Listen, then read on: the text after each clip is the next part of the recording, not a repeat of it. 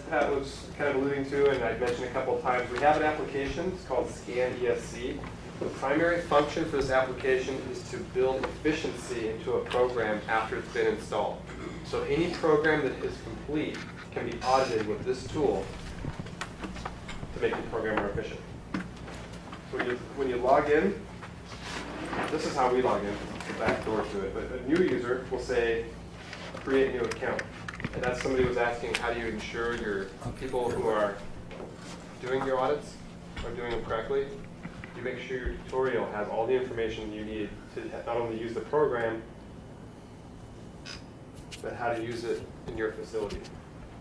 So your tutorial is customizable, shows you screen by screen, tap by tap, how to use it, what to look for, how to use the procedure, how to add authorized employees. You must complete this, and then do the account setup there at the bottom. I'm not going to do that because we actually have an active user right here. When you log in, this is syncing with the server. You have a list of your procedures that are already in your database. This is all populated for our clients. You can access them through a list. I'll just show you how you can see a sample procedure right there. You can do your audit and begin audit, upper right button there. And then, oh, this is for the authorized employees. You have to select an employee, and you can do your audit. You want to do the procedures, from the procedure module, select your procedure, and then you say begin audit, and it walks you through the audit questions. These are all designated for the procedure. So what this is doing is tracking, when you sign in, who's doing the audit, automatically timestamps it so you know when the audit's being done. And the last component is it proves that they were at the procedure by scanning the barcode mounted on the procedure. So example of this is the one I assigned earlier today. This barcode here, when it sees that, it'll pull it up. That's the procedure associated with it. This is the procedure that you guys have as an example, so you can see it now on the screen. That's your procedure that you were given in your folders.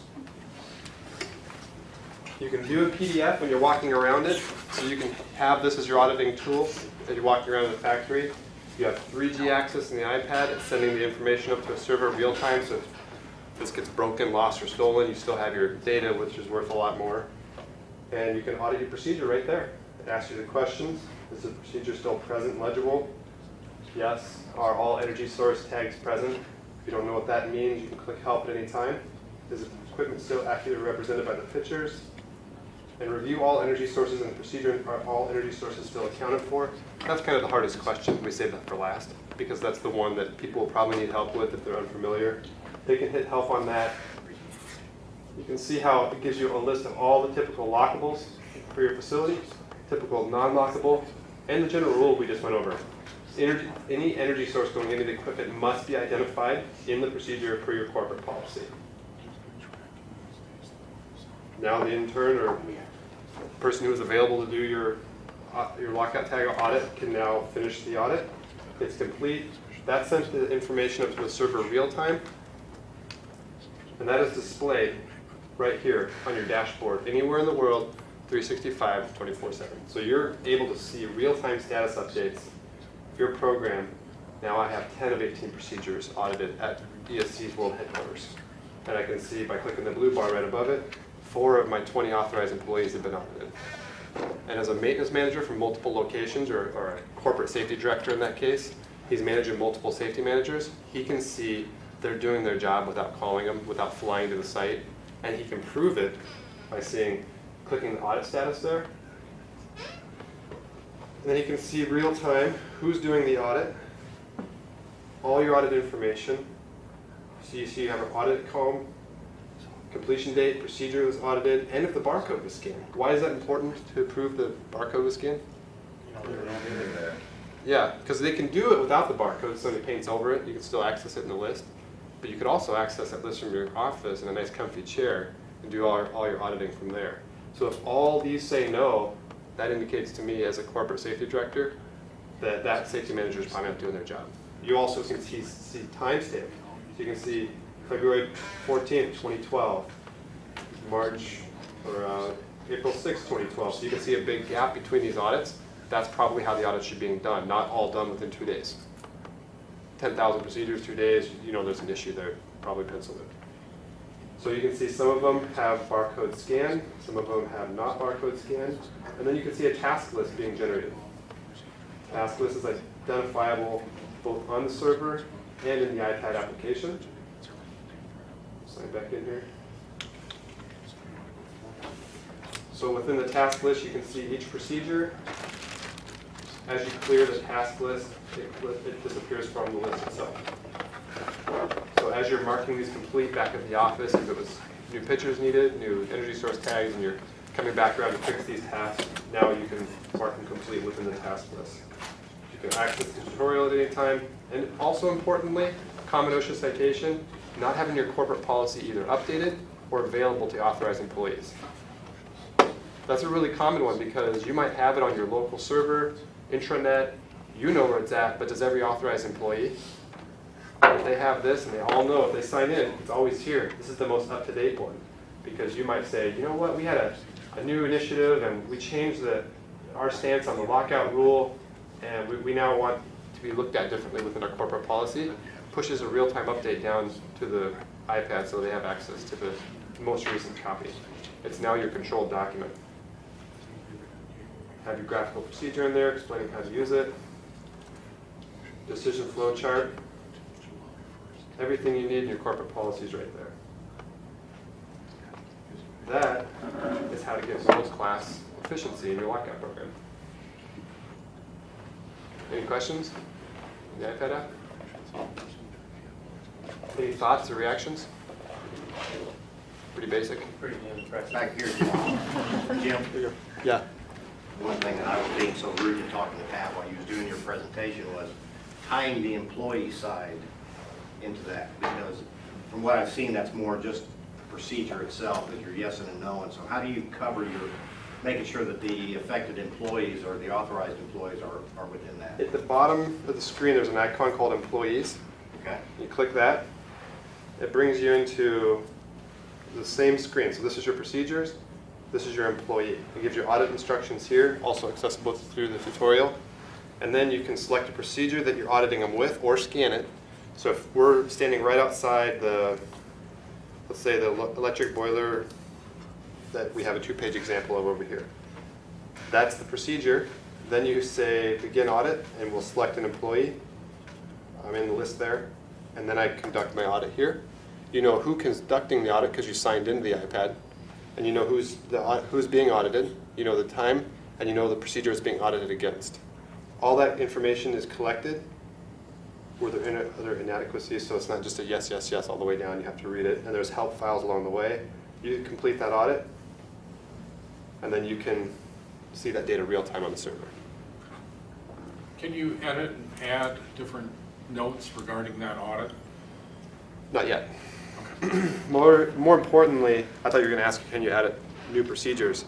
This program was developed as an auditing tool, and we're currently developing a revision, a new version of this that's going to be a fully electronic lockout-tagout program, because you can already see, you can access your procedures here.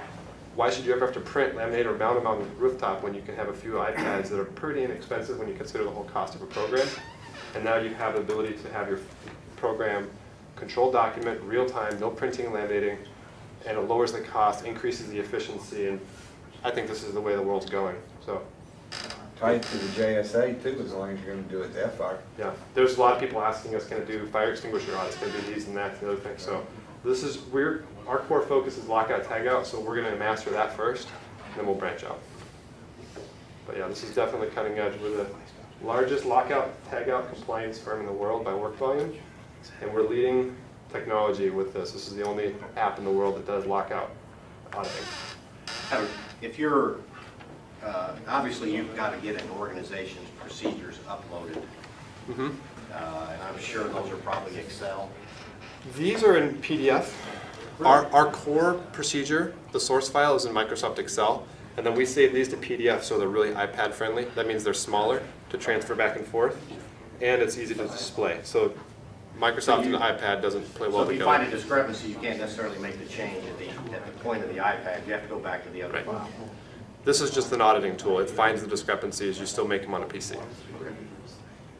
Eventually, though, I would say all the buttons are there. Eventually, you should just be able to drag and drop and make your changes right on there. So we created procedures for this. Unit heater procedure, since we didn't want it mounted up high, like that wouldn't be very useful. We mounted it down low, where you can get at it. You just go straight up from there. Your procedure's right there. It identifies where the electrical switch is. It shows it right up here. So if you look up, there it is, E1 tag, straight up. That's a hard one to mount. We'll get it done. And then you can see the G1 tag right next to there, and it says that G1 is a ball valve device. Door set of heater, less than 10 psi. So we're dealing with 120 volt electrical, less than 10 psi of natural gas, and then thermal energy of 300 volt or 300 Fahrenheit, and then kinetic energy 1750 RPM for dissipation. So we have 4 sources there, 2 lockable points. If you're an authorized employee, you're ready to lock this out, you turn it over to the other side, and that's where you have your shutdown and startup sequence. 7 steps to shut it down. Notify affected employee in the area, review the lockout procedure, perform machine stop, isolate the energy, and that's where it tells you to follow the lockout procedure. Actually lock it out, dissipate the energy. If it's thermal, just have to wait. Attempt to restart and try step number 7. And once we've done that, we review it, make sure it's accurate, we can perform the service. After we're done with that, we return it to energy by reversing the steps and following the restorative service sequence. 5 steps. Check the machine in the area, make sure your tools are clear and everything's put back together. Verify machine controls are in neutral. In this case, it doesn't really apply. Remove your locks and lockout devices and restore. And lastly, notify the operator or the affected employee in the area that your work is done. Now, last step is really important to emphasize in training, not just for safety, but for efficiency. So often I see lockout programs cost productivity because an authorized employee will perform a service that took 20 or 30 minutes, restores it, and doesn't tell them it's ready to put back in service, so they're down for hours because there wasn't that communication there. That costs a lot of money.